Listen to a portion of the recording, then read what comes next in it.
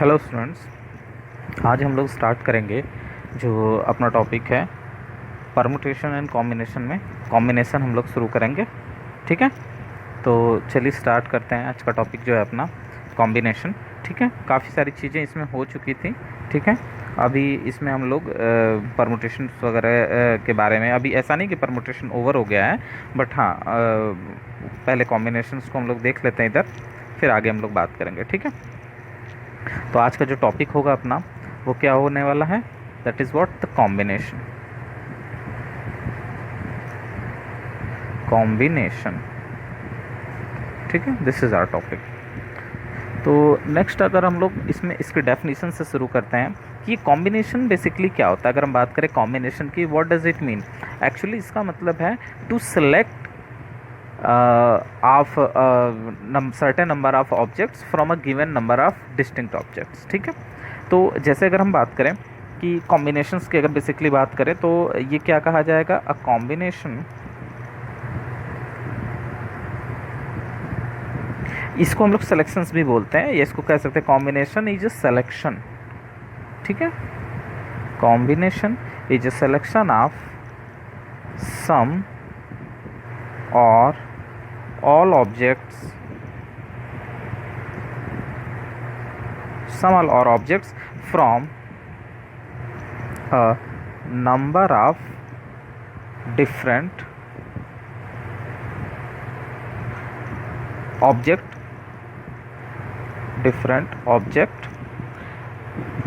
ठीक है, जहाँ पर अगर हम बात करें कि ऑर्डर ऑफ, यहाँ पर परमुटेशंस में भी आपने देखा होगा तो वहाँ पर भी रहा होगा, लेकिन वहाँ पर कैसे कहते थे कि अ परमुटेशन आर अरेंजमेंट, ये simply a permutation is the number of arrangements, possible arrangements of r object taking from n different object. ठीक है, तो एन पी आर तरीके से हम लोग लिखते थे। तो कॉम्बिनेशन क्या है, basically this is deal with the selection. ठीक है, यहाँ पर वर्ड सिलेक्शन जो है ये मैटर करता है। अब जैसे बात करें तो यहाँ पर वो चीज़ लिखना जरूरी नहीं है कि order in which they are being selected doesn't matter. ठीक है, आप चाहो तो लिख सकते हो कि where order of the selection, order of selection does not matter. इससे कोई मतलब नहीं है, उसके ऑर्डर से डज नॉट मैटर। क्लियर। तो कॉम्बिनेशन क्या है, कुछ डिफरेंट ऑब्जेक्ट्स आपको प्रोवाइड किए गए हैं, उसमें से कुछ ऑब्जेक्ट या पूरे के पूरे ऑब्जेक्ट लेकर आप कुछ सिलेक्शन क्रिएट करते हो, कुछ सिलेक्शन बनाते हो, मतलब उससे कुछ सेलेक्ट करते हो कुछ ऑब्जेक्ट्स को, तो उसे हम लोग कहेंगे जो नंबर्स क्रिएट होते हैं कि जितने भी पॉसिबल सिलेक्शन बनते हैं वो हमारा क्या हो जाता है, कॉम्बिनेशन हो जाता है। जैसे अगर हम आपसे कहें कि चलो ठीक है एक ऑब्जेक्ट ले लेते हैं हम लोग, एग्जाम्पल हम आपको लेके समझाते हैं। let us consider 4 given objects. ठीक है, 4 ऑब्जेक्ट्स हम लोग ले लेते हैं। क्या ले लेते हैं, ए ले लेते हैं, बी ले लेते हैं, सी ले लेते हैं और डी ले लेते हैं। ठीक है, ये 4 ऑब्जेक्ट हमने ले लिया, ए बी सी डी। अब क्या करना है कि हमें इसमें से कोई 3 ऑब्जेक्ट को सेलेक्ट करना है केवल। ठीक है, तो द नंबर ऑफ, या अगर हम बात करें कि पहले ये बात आपको बता दें कि यहाँ पर अगर बात करें कि 3 ऑब्जेक्ट को अगर हम इसमें से लेना है, इफ़ वी चूज़, या जो आप कह सकते हैं select any 3 of the given 4 objects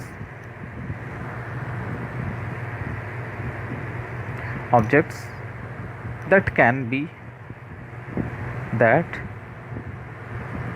be done as follows।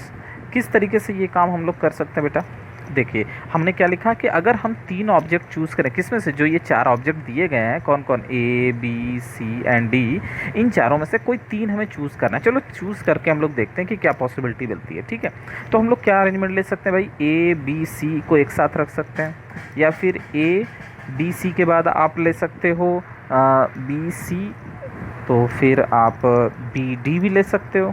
ठीक है, बी डी के बाद अब आप क्या कर सकते हो, और पॉसिबिलिटी क्या हो सकती है, ए बी डी हो गया, फिर ए सी डी भी लिख सकते हो।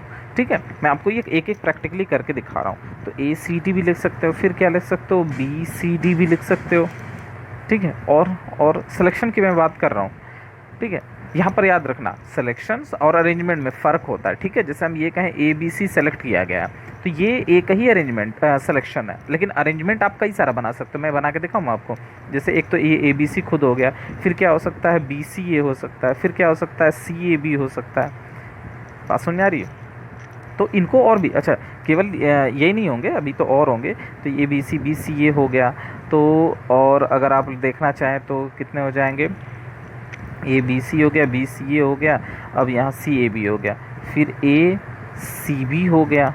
ठीक है, वो नहीं है ना, नहीं है।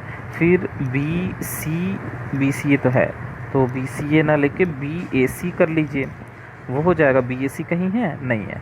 और क्या हो सकता है, फिर सी बी ए लिख लीजिए, कहीं है सी बी ए, नहीं है। और कोई पॉसिबिलिटी है, नहीं।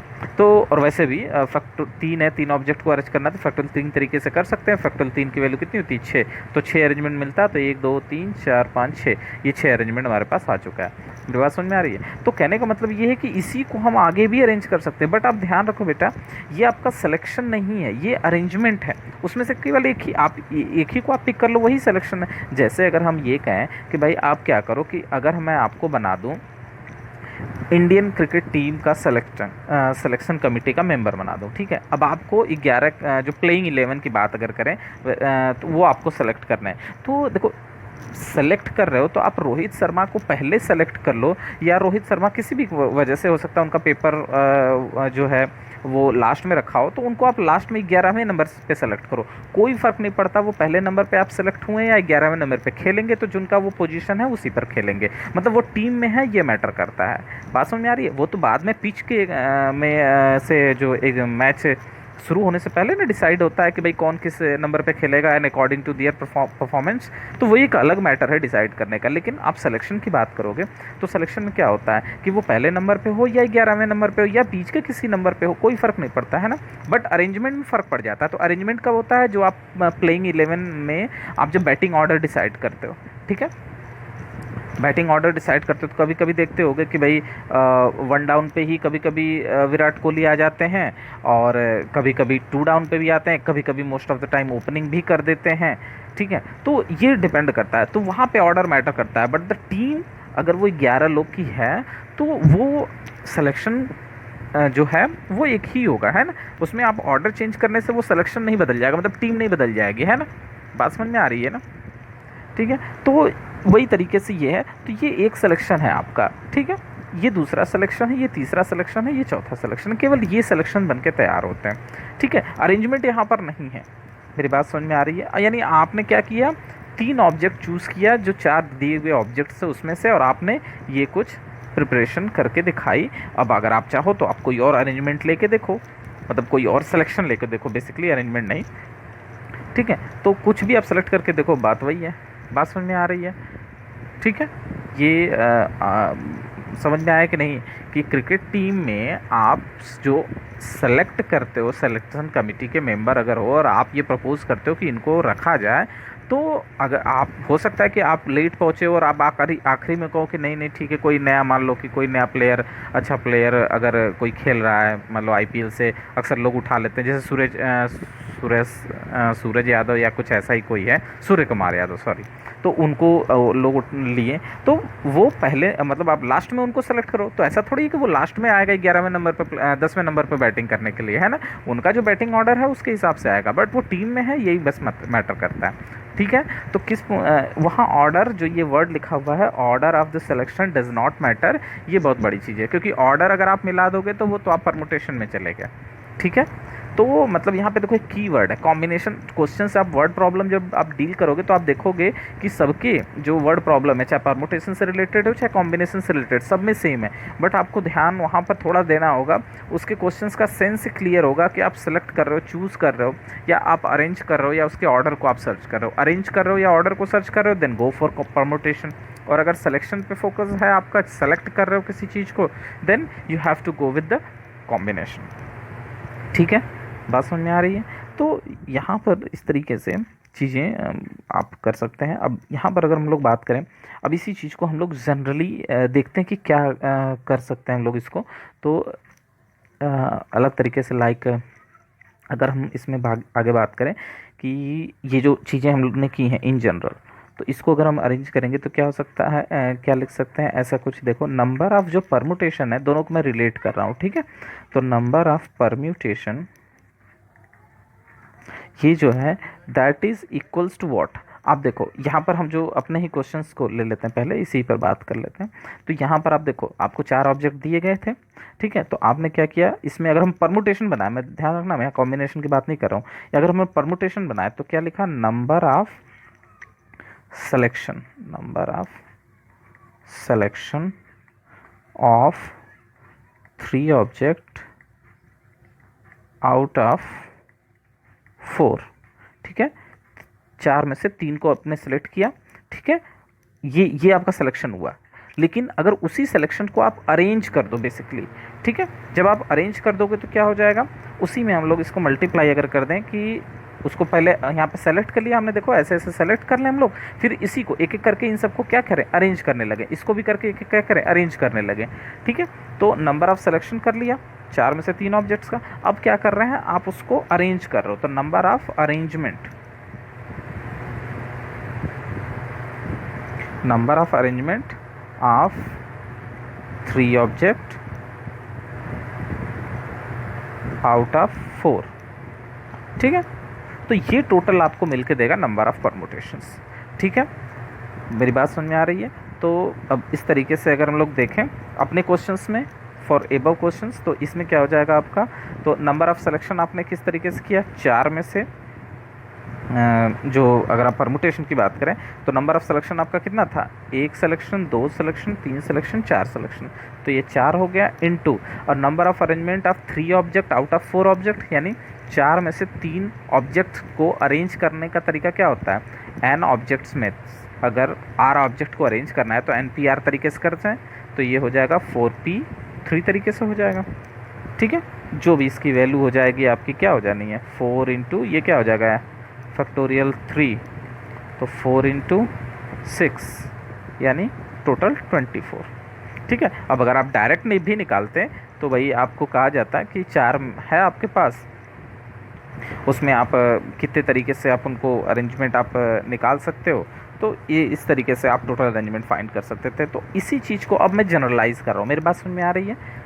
एक बार मैं फिर से कह दे रहा हूँ, यहाँ से बता दे रहा हूँ कि नंबर ऑफ़ परमुटेशंस को हमें कॉम्बिनेशन से रिलेट कर रहे हैं। अभी हम बताएंगे क्यों इस तरीके से किया जा रहा है कि number of permutation, 1 minute sorry, not this is not 4p3, ये तो इधर होगा, वेट,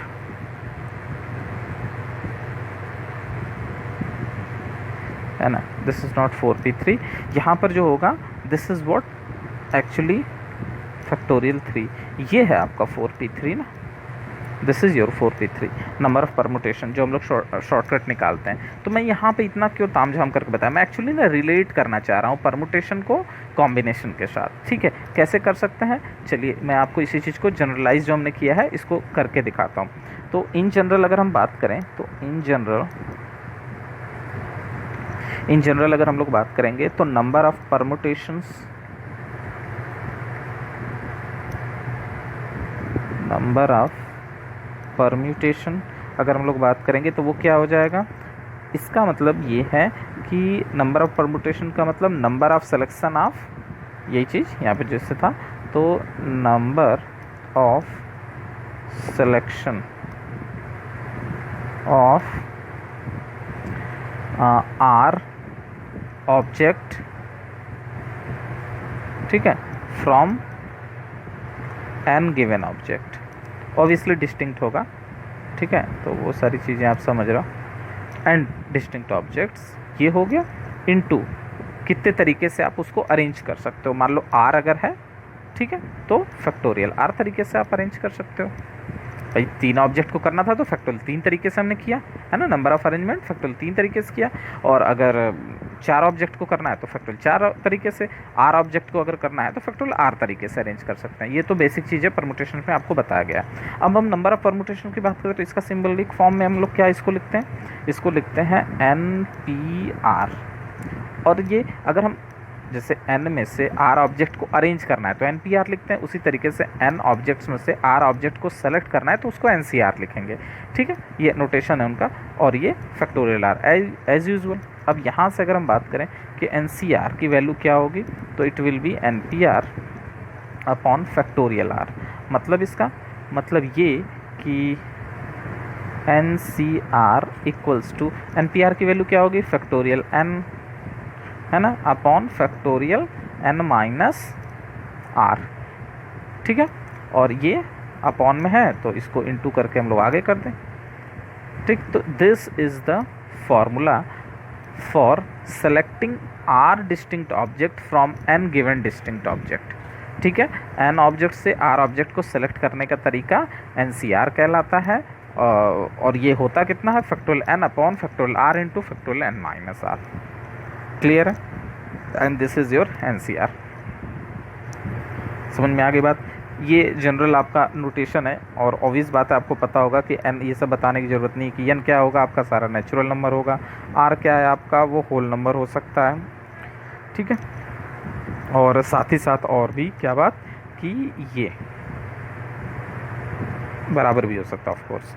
ठीक है, तो ये चीज़ें फॉलो करेगा, बेसिक चीज़ें। ठीक है, अच्छा नोटेशंस की बात अगर हम लोग करें कुछ इसमें कि इनको डिनोट भी अलग अलग तरीके से आप करते हो, तो नोट में उस चीज़ को आप लिख लें कि इट इज़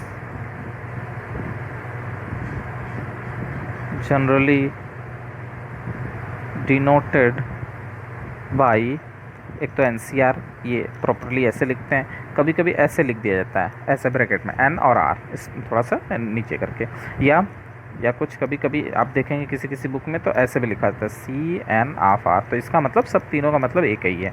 ठीक है, तो don't confuse with that.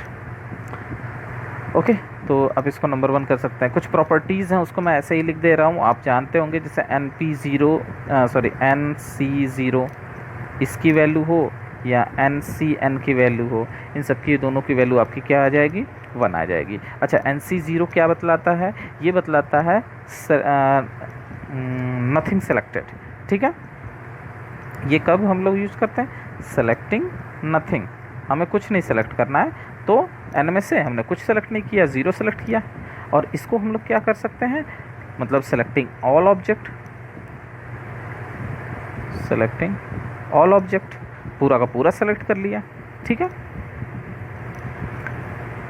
Okay, तो ये रहा, ये इनकी कुछ अपनी प्रॉपर्टीज़ हैं। तो अब आगे चलते हैं, जैसे प्रॉपर्टीज़ में अगर हम बात करें तो नंबर 3 है शायद ये। अब इसकी बात करें अगर हम, तो यहाँ पे ये कि NCR has greatest value for. ठीक है, तो उसमें पहला क्या है कि NCR सबसे बड़ी वैल्यू रखेगा, ग्रेटेस्ट वैल्यू होगा किसके लिए, उस R के लिए जब n/2 होगा, लेकिन ये कब, when n is even, n जब हो इवन हो। ठीक है, और यही चीज़ हो जाएगा, R की वैल्यू कब मिलेगी, मतलब अगर ऑड हो तो ऑब्वियसली n-1/2 या फिर n+1/2।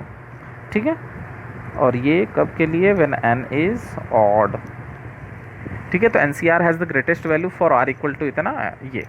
ठीक है, मैं आपको इस पर एग्ज़ाम्पल भी करके बता दे रहा हूँ, एग्ज़ाम्पल कर लेते हैं इस पर। ठीक है, जैसे अगर हम आपसे ये पूछें कि भाई मैक्सिमम वैल्यू ऑफ 8CR क्या होगा। ठीक है, find the maximum value of 8CR। ठीक है, तो क्या हो जाएगा भाई,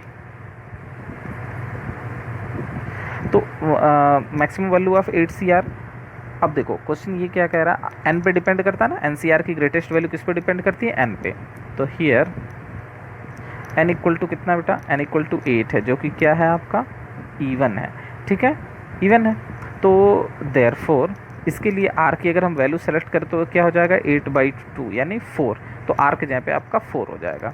मतलब कि 8C4 has maximum value in 8CR। ठीक है, इसमें मैक्सिमम वैल्यू रखेगा कौन, 8C4। तो दैट इज़ 8C4 की वैल्यू अगर निकालें तो इम्प्लाइज 8C4 की अगर वैल्यू हम लोग लें तो कितना हो जाएगा, फैक्टोरियल ये फैक्टोरियल 4 फैक्टोरियल 8-4। ठीक है, and how much it will be, तो 8 7 6 5 फैक्टोरियल 4 अपॉन ये तो फैक्टोरियल 4 है ही, ये भी फैक्टोरियल 4 आ गया, तो इससे ये चला गया। और अगर हम ये करें इसको 6 चौका 24, ये कैंसिल हो गया, तो ये कितना हो जाएगा 70। ठीक है, और समझ में आ रही है। तो अगर हम लोग फाइनली रिजल्ट लिखना चाहें आंसर में तो क्या होगा, 70 is the greatest value of 8CR। ठीक है, तो इसकी क्या हो जाएगी, 8CR की ग्रेटेस्ट वैल्यू हो जाएगी। ठीक है, ऐसे ही आपको बाइनोमियल वगैरह में आपको बता दिया गया होगा, कई सारी प्रॉपर्टीज़ हैं जो कि आप कर लिए होंगे। ठीक है, तो हम लोग वही से शुरू करते हैं। जैसे कि नंबर 1 की अगर बात करें कुछ प्रॉपर्टीज़ में कि भाई NC0 plus NC1 plus NC2 plus dot dot dot, ठीक है, प्लस NCN, तो इसकी वैल्यू क्या होती है 2 टू द पावर n। ये याद रखना होगा क्योंकि इन सब का इस्तेमाल अपन करेंगे इधर। ठीक है, फिर क्या हो जाता था NC0 plus NC2 plus NC4, मतलब इवन का कलेक्शन, और NC, और यहाँ पे आपका क्या हो जाएगा, तो लास्ट वाला आप छोड़ दीजिए क्योंकि दैट डिपेंड ऑन n ना, तो भाई पता तो है नहीं, तो ऐसे कर देते हैं जो लास्ट में आएगा, अगर इवन आएगा तो लास्ट वाला ले लेंगे, अदरवाइज़ नहीं। तो ये क्या हो जाएगा भाई 2 टू द पावर n-1। क्यों, क्योंकि देखो इसमें आधा इवन होगा आधा ऑड होगा, तो 2 टाइम्स कर दोगे, 2 से डिवाइड करोगे तो एक कम हो जाएगा, 2 टू द पावर n-1 हो जाएगा। And the same thing for what, same thing for NC1 plus NC3 plus NC5 plus dot dot dot. ठीक है, ये हो जाएगा। अब नेक्स्ट की अगर बात करें कि और क्या था, मतलब ये सब छोटे छोटे रिजल्ट हैं, बहुत सारी चीज़ें हम लोग बाइनोमियल में डिस्कस भी किए थे, तो वही सारी चीज़ें हैं, है ना। तो ये भी एक रिज़ल्ट रहा होगा, आपने देखा होगा, इसका काफ़ी यूज़ भी 2-3 चीज़ों को प्रूव करने में हम लोग किए थे। तो ये इस तरीके से हैं, आप इनको कर सकते हैं ट्राई। ओके, तो और भी जैसे कुछ बेसिक चीज़ों की अगर हम लोग बात कर लें, लाइक और क्या था, हाँ ये भी तो था हम लोगों के पास कि NCX इक्वल्स टू NCY है, तो ये कब पॉसिबल है, ये या तो x इक्वल टू वाई होगा या फिर x plus y equals to n होगा, है ना। ये सारी बातें उस समय हुई थी। ठीक है, और उन सब पे क्वेश्चंस भी हुए थे, एक आध सब में तो नहीं है, चलिए 6 काग में कर देते हैं। इसकी के क्वेश्चंस की अगर बात करें तो रैंडम आप कुछ भी ले लीजिए, जैसे कि आप ले लीजिए कि NC4 इक्वल्स टू NC5 है, तो कह रहा है कि बताओ फाइंड n, है ना, that is quite simple question. अब अगर हम बात करें कि यहाँ पे अगर देखें तो as 4 is not equal to 5, चूँकि इस कैटेगरी का दिख रहा है तो ये वाला तो फेल हो गया अपना, तो अब ये बचेगा, तो इसका मतलब n इक्वल टू कितना हो जाएगा 4 प्लस 5, यानी n इक्वल टू 9। ठीक है, तो मतलब ये इस तरीके से आप कर सकते हैं। क्लियर है, ठीक है। हाँ, एक और भी हुआ करता था इसमें, हम लोग क्या नाम था उसका, क्या कहते हैं, पास्कल लॉ, वो क्या था याद है, NCR plus NC n minus R-1 equals to n plus 1 CR, मतलब ये दोनों में से एक कम जो है तो सबसे बड़ा वाला यहाँ लगा देते हैं, ऊपर ऐड कर देते हैं। This is what known as the Pascal rule या पास्कल लॉ, बड़ा यूज़फुल होता है, करते भी हैं हम लोग इसको उसमें काफ़ी। ठीक है, तो समझ में आ रही है बात, तो चलिए ठीक है, तो फिर हम इसी को आगे बढ़ाते हैं इसमें। ओके, तो चलें स्टार्ट करते हैं। कुछ क्वेश्चंस एक आध हम लोग इसमें देखते हैं, या आप इसको हम लोग एक मिनट कुछ और क्वेश्चन ले लिया जाए।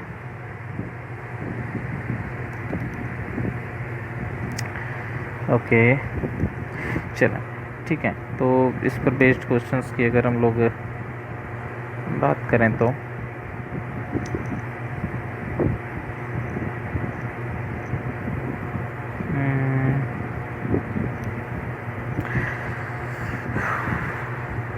चलिए जैसे कि एक आदि ये क्वेश्चंस करते हैं इन सब का। लाइक क्वेश्चन ये है कि evaluate NCR plus summation j equals to 0 to 3 okay n plus j c r plus 1 plus j। ठीक है, तो इसकी वैल्यू क्या होगी ये अपन को बतानी है। ठीक है, तो चलिए देखते हैं। अगर हम इसको ओपन करें, पहले इसको अगर एक्सपैंड करें तो क्या हो सकता है। तो NCR एज यूजुअल अब एक एक रख के करते हैं। 0 से शुरू करेंगे तो NCR प्लस 1 होगा, फिर प्लस N प्लस 1 हो जाएगा। 1 रखेंगे ना, j इक्वल टू 1, 0 से शुरू है तो 0 यहाँ था, अब ये 1 होगा। अब यहाँ पे क्या हो जाएगा, यहाँ भी 1 रखेंगे तो ये प्लस 2 हो जाएगा। फिर इसमें 2 रखेंगे तो n प्लस 2 हो जाएगा, यहाँ पे r प्लस 3 हो जाएगा। फिर आप 3 रखेंगे तो n प्लस 3 होगा, r प्लस 4 हो जाएगा। और उससे ज़्यादा रखना नहीं है। क्यों नहीं रखना है भाई, लिमिट अपनी 3 तक ही है ना। अब यहाँ पे हम लोग अभी भी डिस्कस किए थे पास्कल रूल। तो पास्कल रूल क्या कहता है, पास्कल लॉ ये कहता है कि NCR प्लस NCR माइनस 1 इसकी वैल्यू n प्लस 1 CR लिखी जाती है। यानी जो इनमें से बड़ा होगा उसको यहाँ लिख देंगे और ऊपर दोनों अगर सेम है तो प्लस 1 करके लिख देंगे। अब अगर हम यहाँ पे देखें इन दोनों में तो क्या बन रहा है, पास्कल लॉ यूज हो सकता है। तो इसको हम लिख सकते हैं n प्लस 1 C, दोनों में बड़ा कौन, r प्लस 1 है तो r प्लस 1 लिख दिया। फिर n प्लस 1 CR प्लस 2 और ये दोनों ऐसे ही उतार देंगे हम। ठीक है, अब इनमें अगर बात की जाए यहाँ पर तो सेम वही चीज़ है ना। क्या बन रहा है यहाँ पे अपने पास, तो C दोनों में सेम है ऊपर तो n प्लस 2 हो जाएगा और नीचे बड़ा वाला r प्लस 2। अब r प्लस 2 के बाद इन दोनों को हम कॉपी करें तो n plus 2 CR plus 3 plus n plus 3 CR plus 4। अब यहाँ पर इन दोनों में ठीक है और ऊपर सेम है तो ऊपर इन दोनों में जो बड़ा है वो लिख देंगे। क्या बड़ा है, r प्लस 3 बड़ा है और ऊपर एक ऐड कर देंगे तो n प्लस 3 हो गया। फाइनली यहाँ पे ये दोनों तो हो गया ना ख़त्म, ये बचेगा तो n प्लस 3 CR प्लस 4। अब इन दोनों में अगर बात करें फिर पास्कल रूल लगा दें तो ये क्या हो जाएगा, बड़ा वाला इसमें बड़ा कौन है CR प्लस 4, मतलब r प्लस 4 है, r प्लस 3 और r प्लस 4 में बड़ा, और ऊपर एक जोड़ देंगे तो n plus 4 and this is the result. मतलब इसी फॉर्म में छोड़ देंगे। क्लियर है, समझ आ रही बात। तो ये इस तरीके से क्वेश्चंस को भी आप जो है कर सकते हैं। जब यहाँ पे आपको मिलेगा क्वेश्चंस तो इसको किया जा सकता है। चलें ठीक है, तो अब हम लोग क्या करते हैं कि जो है कुछ और क्वेश्चंस इसमें हम लोग ट्राई करते हैं।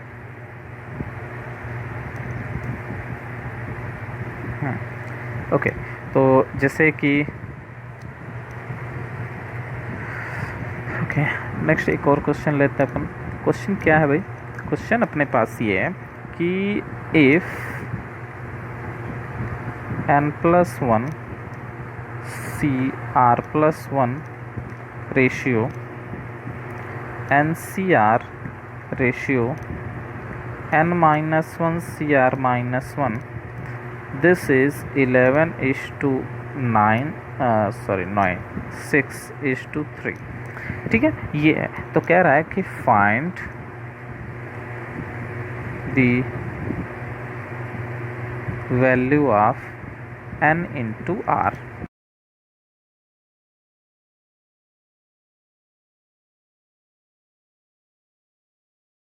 किस तरह किया जा सकता है, तो एक एक लेके अपन चलते हैं। पहले क्या कर लेते हैं, इन दोनों के कॉम्बिनेशन से शुरू करते हैं। मतलब n plus 1 CR plus 1 upon NCR, इसकी वैल्यू क्या हो जाएगी 11/6। और अगर हम इधर बात कर लें एंड दूसरा वाला रेशियो ले लें NCR upon n minus 1 CR minus 1, इसकी वैल्यू 6/3 हो जानी है। ओके, तो अभी फ़िलहाल इससे शुरू करते हैं अपने इस वाले से। तो यहाँ पे अगर हम बात करें, इसको लिखना चाहें तो देखो, इस वाले से हम लोगों ने एक जो है मैं यहाँ पे लिख दे रहा हूँ, ये आपको फॉर्मूला बताया था NCR इक्वल्स टू, जो फॉर्मूला था N/R इंटू N-1 CR-1। ठीक है, मतलब अगर आप NCR अगर लिखा हुआ है उसमें से अगर N बाहर कर लें, R बाहर कर लें तो अंदर ऊपर से कम हो जाएगा। सेम यही याद है, अगर हम इसको N+1 बाहर कर लें, R+1 बाहर कर लें तो ऊपर क्या हो जाएगा, N+1/R+1 हो गया, और यहाँ एक एक कम हो जाएगा तो ये हो जाएगा NCR। अपॉन में कुछ करने की ज़रूरत नहीं, उसको रहने दीजिए NCR ही।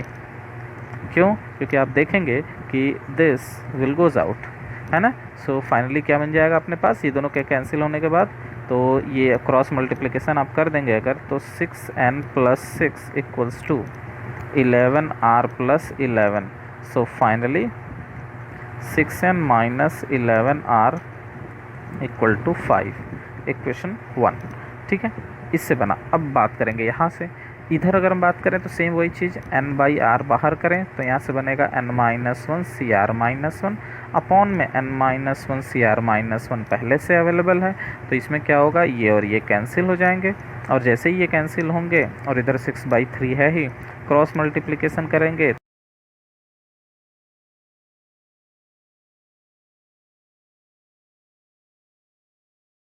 2 कर देते हैं। अब फ्रॉम 1 and 2 कर लेते हैं इसमें,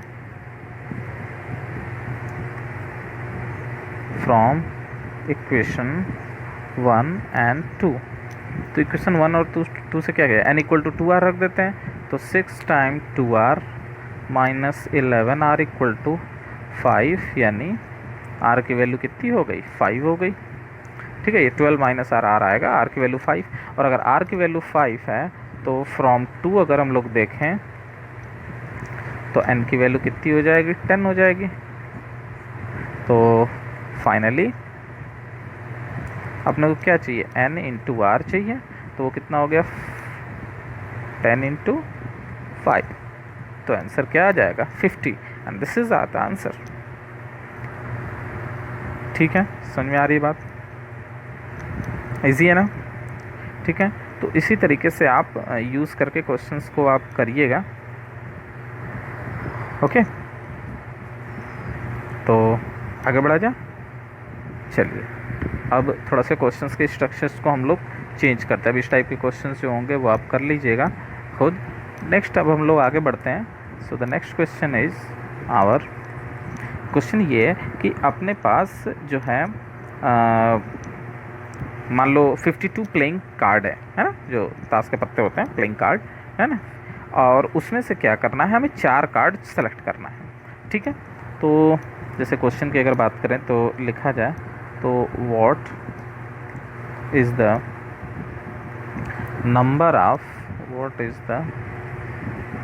नंबर ऑफ सिलेक्शन, ठीक है, number of selection of 4 card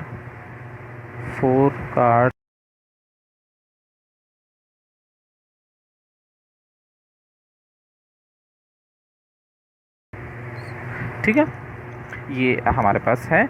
अब इसमें हम लोगों को कैटेगरी इसमें दे सकते हैं पहले, जैसे कि एक इसमें एडिशनल कर देते हैं। एक तो ये हो गया अपना, इसमें कर दें इन हाउ मैनी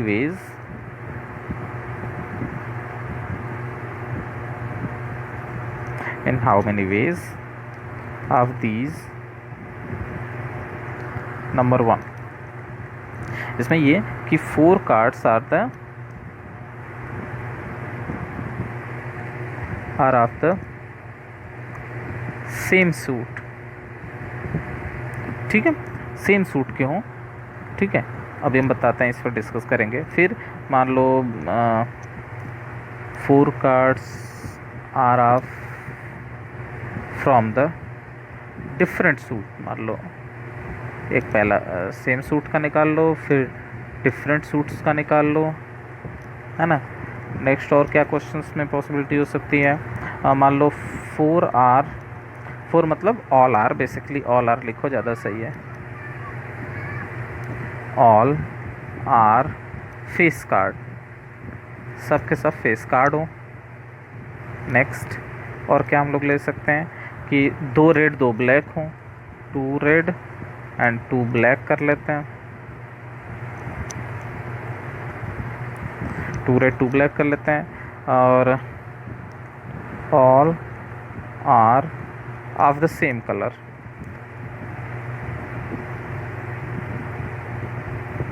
और सेम कलर के हों। ठीक है, तो चलिए देखते हैं कि क्या हो सकता है।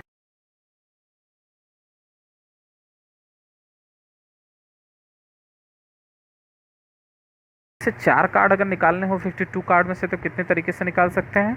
तो the number of selection, the number of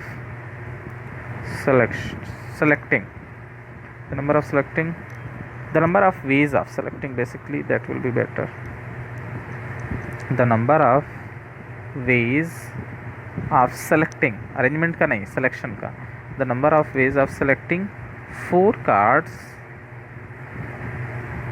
out of 52 cards। तो वो कितना हो जाएगा? टोटल कितने थे? 52 पत्ते थे, उसमें से आपको कितने चाहिए? 4 चाहिए, and this is the answer. ठीक है, दिस इज़ द आंसर। इसको सिंप्लीफाई कर लीजिएगा। सिंप्लीफाई करना तो आपको पता ही है, क्या लिख सकते हो आप? इसको ऊपर लिख सकते हो फैक्टोरियल 52 अपॉन फैक्टोरियल 4 और factorial 52 minus 4, which will again become 52 ऊपर अपॉन फैक्टोरियल 4 इंटू फैक्टोरियल 48। अब इसको सॉल्व कर लीजिएगा आप, है ना। बस ऐसे एग्ज़ाम में ये सब ये नहीं देगा, ऐसे देगा या मोस्ट बहुत ज़्यादा से ज़्यादा करेगा तो इस तरीके से ऑप्शन देगा। ठीक है, वैसे ज़्यादातर यही वाला होता है। तो ये हमारा हो गया कि 52 पत्तों में से किस तरीके से आप 4 पत्ते सेलेक्ट करेंगे। ठीक है, अब आगे बात करते हैं कि सब जो होने चाहिए, अगला वाला ये तो हो गया इसमें का। अब अगला कह रहा कि 4 कार्ड्स, यानी जो चारों कार्ड आप निकाले हो वो सेम सूट के हों। तो सेम सूट का मतलब कितने सूट्स होते हैं इसमें? बेसिकली देखो यहाँ पे 4 सूट्स होते हैं। ठीक है, इसको थोड़ा सा करते हैं, यहाँ पे इसको लिखते हैं नंबर 1। अब अगला करके number 1, as we know that there are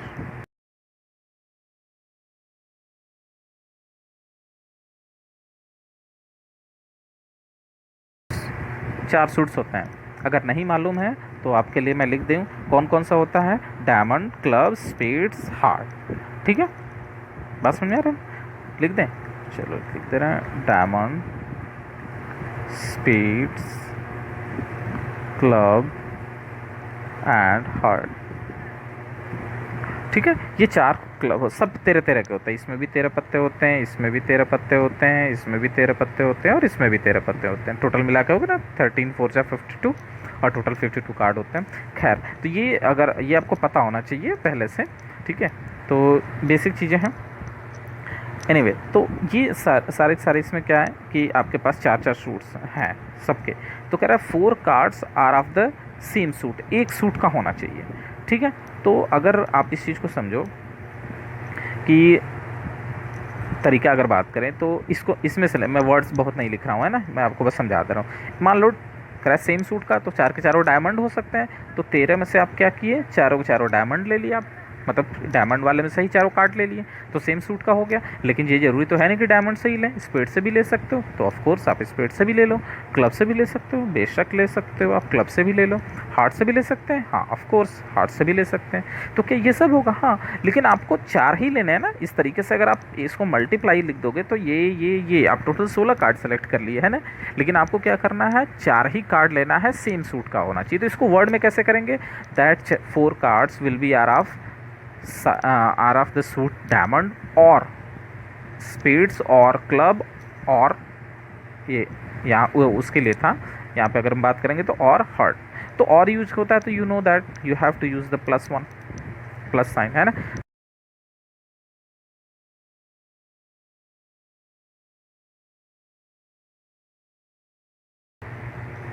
ठीक है, ओके। नेक्स्ट अगर हम बात करें तो नेक्स्ट क्या था अगला? तो ये वाला भी हो गया अपने पास कि 4 are of the same suit. अच्छा, नेक्स्ट क्या है कि 4 कार्ड्स जो ये हैं चारों के चारों are of the different suit, same suit से ना हो। मेरी बात समझ आ रहा है? तो जब सेम सूट से ना हो तो आप क्या कर सकते हो?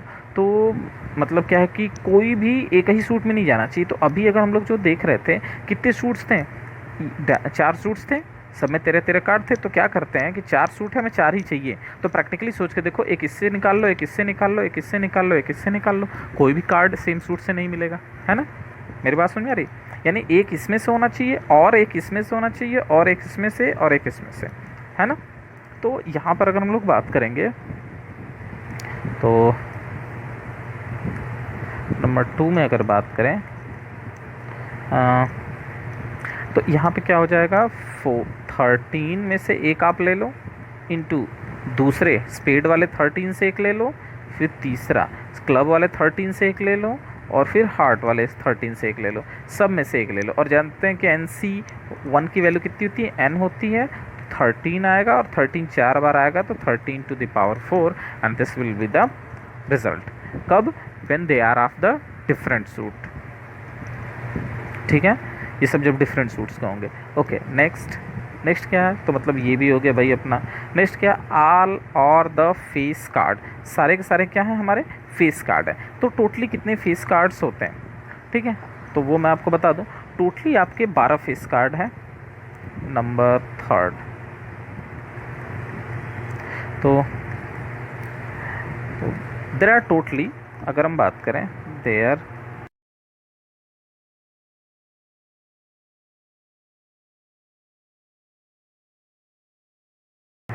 ठीक है, बात समझ में आ रहा है। तो और इस 12 फेस कार्ड्स, ये सब चीज़ें याद रखनी पड़ेंगी आपको, ठीक है। तो 12 फेस कार्ड्स हैं, इन सब में से आपको 4 फेस कार्ड निकालना है, क्योंकि 4 ही आप निकाल रहे हो, और चारों के 4 फेस कार्ड होने चाहिए। तो क्या होने चाहिए, आप इन्हीं 12 में से 4 ले लो, 12C4, and this is the answer, जो भी आए, ठीक है।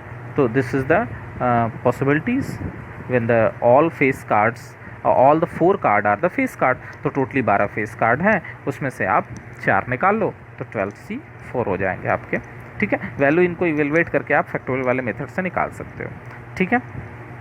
अच्छा, नेक्स्ट क्वेश्चन क्या है, देखते हैं ज़रा। तो ये वाला भी हो गया। अब क्या, 2 रेड एंड 2 ब्लैक, ठीक है, 2 रेड और 2 ब्लैक हो, तो टोटल ब्लैक कार्ड कितने होते हैं अगर हम आपसे पूछें, तो आधा आधा होता है, आधा ब्लैक होता है, आधा रेड होता है, तो 52 का आधा 26, ठीक है। तो 26 ब्लैक कार्ड होंगे, 26 रेड कार्ड होंगे। अब कह रहा है कि 2 ब्लैक कार्ड हो, 2 रेड कार्ड हो, तो इसमें से आप 2 निकाल लो 26C2 से, और इस रेड वाले से निकाल लो 26C2 करके, और दोनों को कर दो मल्टीप्लाई, ठीक है, बात समझ में आ रही है। तो जो भी आ जाएगा आपका रिजल्ट 26C2, आप इसको इवेलुएट कर लीजिएगा, this will be the result. Okay, clear, बात समझ में आ रही है, ठीक है। चलें, तो इसमें एक लास्ट भी देख लेते हैं अपन हम लोग। तो ये 2 रेड 2 ब्लैक हो गए। अब कह रहा है all are of the same colour, सब के सब क्या होने चाहिए, सेम कलर के होने चाहिए, ठीक है। तो सब के सब सेम कलर के होने चाहिए, यानी या तो चारों रेड हो, या तो चारों ब्लैक हो। तो देखो, अभी बात किया ना कि 26 ब्लैक है, तो इन 26 में से 4 के 4 ले लो, ठीक है।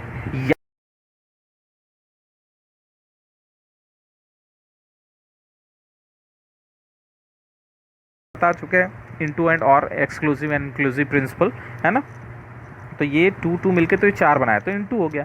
लेकिन अगर हम इनटू कर देंगे तो ये 8 हो जाएंगे ना, हमें 4 ही लेना है। और क्वेश्चन क्या कह रहा है, सेम कलर के होने चाहिए, या तो देखो वर्ड से ही क्लियर हो जा रहा है ना, पढ़ोगे तो खुद ही समझ में आएगा। क्या कह रहा है क्वेश्चन, या तो ब्लैक कलर के होने चाहिए, या तो रेड कलर के होने चाहिए, तभी तो हमारी बात क्लियर होगी कि क्या है, कि वो सेम कलर के हैं। तो दिस और दिस, तो और के लिए प्लस यूज करेंगे। तो ये टोटली क्या हो जाना है आपका, 2 times of 26C4, what ever be the result, this will be the answer of your question, ठीक है, बात समझ में आ रहा है। तो ये इस तरीके से आप जो क्वेश्चंस को कर सकते हैं। काफ़ी सारे क्वेश्चंस हैं इसमें जिन्हें आप कर सकते हैं, काफ़ी क्वेश्चंस हैं, कितने कराए जाएंगे, है ना। तो आप करिएगा इसमें क्वेश्चंस जो होगा।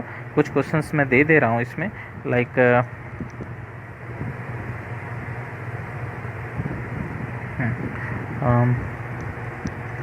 क्वेश्चन ले लेते हैं हम लोग कुछ। जैसे क्वेश्चन ये है कि अ बैग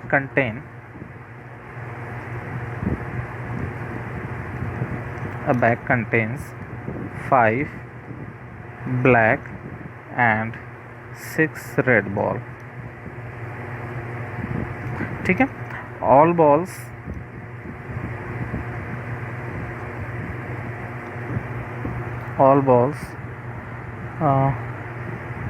आर डिफरेंट, एक मिनट, आर डिफरेंट, सारे के सारे बॉल डिफरेंट भी है, मतलब 5 ब्लैक है, 6 रेड बॉल है, और सारे के सारे बॉल जो हैं वो हमारे क्या हैं, डिफरेंट है। Okay,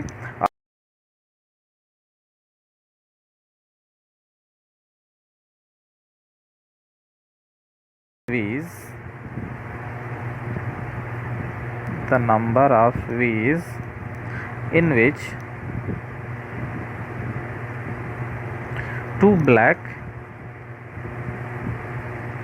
and 3 red ball can be selected।